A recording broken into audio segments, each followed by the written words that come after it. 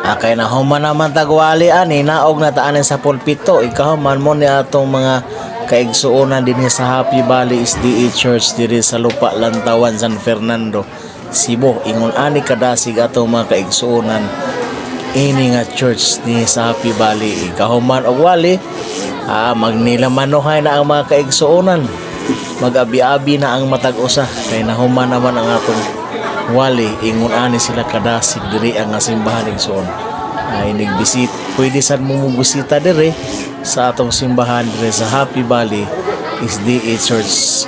Dasig kaayo ang atong mga kaigsuonan dinhi nga church mga idol nga dinhi dapita o dili ka mauwaw kung dili abi-abi yun tag-sa ikahuman nimo og wali. Ingon ani kadasig sila diri sa Happy Valley SDA Church. O nya kay gikapoy naman kog tabi kamo na lay tan-aw diha oy mohonon lang kog tabi kay humana ni nilag na mano sunod ani mga o naman sa ni dinhi aron ari ra po sa to simbahan mga on sila apil di ay ko kay naamang ko diri kamon ani lamanohay usag-usa maghinay-hinay na sad ni sila ron og kuha sa lamisa aron maniudto mag-usa og paniudto.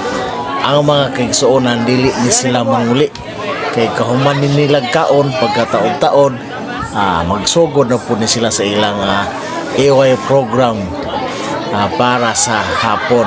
Mga batanon doon ay programa diri sa AY ikahuman nilang AY sa dili pa mag-sunset. Ang uban ani maghinay-hinay na sa panguli kay medyo layo man sa nang uban ni ani.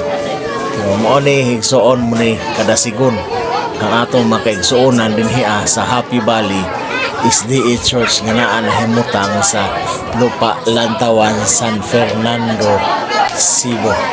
Daghang salamat mga idol. Murag taas-taas ang gining video ha. Kamon lay tiwasan ni oy kay murag kapoy naman ko ani tabi diri.